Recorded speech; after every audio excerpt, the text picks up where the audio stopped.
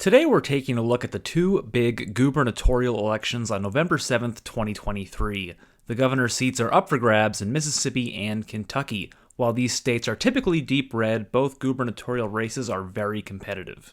Let's start with the race in Mississippi. Incumbent Republican Tate Reeves is facing off against Brandon Presley, a member of the state's Public Service Commission and a second cousin of Elvis Presley. The first thing I'll mention is that since 1980, incumbent governors have about an 80% re-election rate. It is very difficult to unseat incumbents. Tate Reeves was elected governor in 2019, defeating Democratic Attorney General Jim Hood by 5%. That margin was a lot closer than previous gubernatorial elections, and I think that has something to do with how strong of a candidate Jim Hood was. Hood was the only Democrat in Mississippi who was elected to statewide office from 2008 to 2020. However, I still think it's a big red flag for Reeves that he underperformed Trump's 2016 margin of victory by 17 points. Another red flag for Reeves is his low favorability. A recent public policy polling poll showed Reeves with a net minus 18 favorability. This poll was sponsored by the Democratic Governors Association, so perhaps the result is a bit more unfavorable for Reeves than a neutral poll would have been. Reeves has been linked to the Mississippi welfare scandal, and Presley has run ads attacking Reeves on this issue. Let's talk a little more about Presley. He describes himself as a populist, FDR, Billy McCoy Democrat. Presley is a member of Mississippi's Public Service Commission, representing the Northern District. This district does lean conservative, and if Presley can chip away at Tate Reeves' margins, particularly in northeast Mississippi counties, perhaps he can find a path to victory.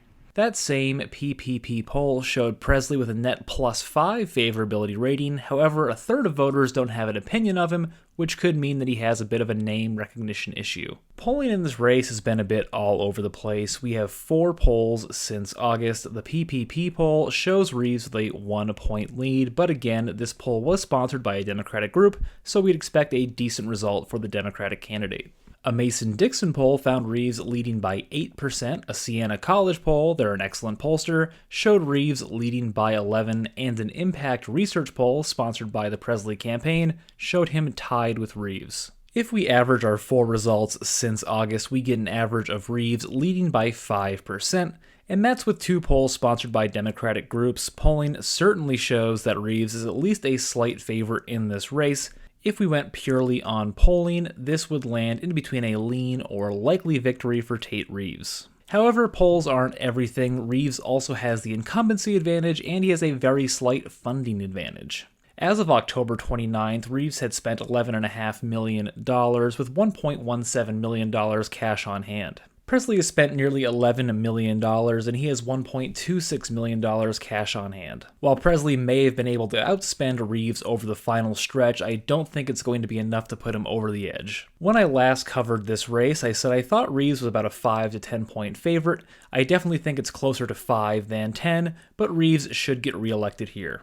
The other important gubernatorial race takes place in Kentucky. 4 years after his narrow and somewhat surprising victory in 2019, Kentucky Governor Andy Beshear is up for re-election. He defeated Matt Bevin in 2019, in large part due to Bevin's poor approval rating and his support for a controversial pension reform bill for teachers. And unlike Bevin, Beshear has a very strong approval rating heading into the election. A recent Emerson poll shows Beshear with a +16 approval rating. Beshear has received several endorsements from organized labor, including the Kentucky AFL-CIO and the United Mine Workers of America. His opponent is Daniel Cameron, who easily won the Republican primary despite being vastly outspent by third-place finisher Kelly Craft. Cameron currently serves as Kentucky's Attorney General, a position he was elected to in 2019, receiving more than 57% of the vote in that election. Cameron received Trump's endorsement in the primary and has been endorsed by several state representatives ahead of the general election. Before we get to the polls, I want to talk about fundraising in this race, as this race is on pace to break a fundraising record, and it's good news for Beshear. He outraised Cameron by more than 3 to 1. And that difference in fundraising is huge. However, the polls are a bit closer. Our most recent poll is from Emerson, which shows a tie. An Emerson poll from early October showed Beshear leading by 16 points. That was probably an outlier. We have 2 other polls from October, both sponsored by partisan groups. The Republican poll showed Beshear with a 2-point lead. The Democratic poll, a Beshear internal, showed him leading by 8. If we average out our 3 recent polls, we get a Beshear lead of about 3%.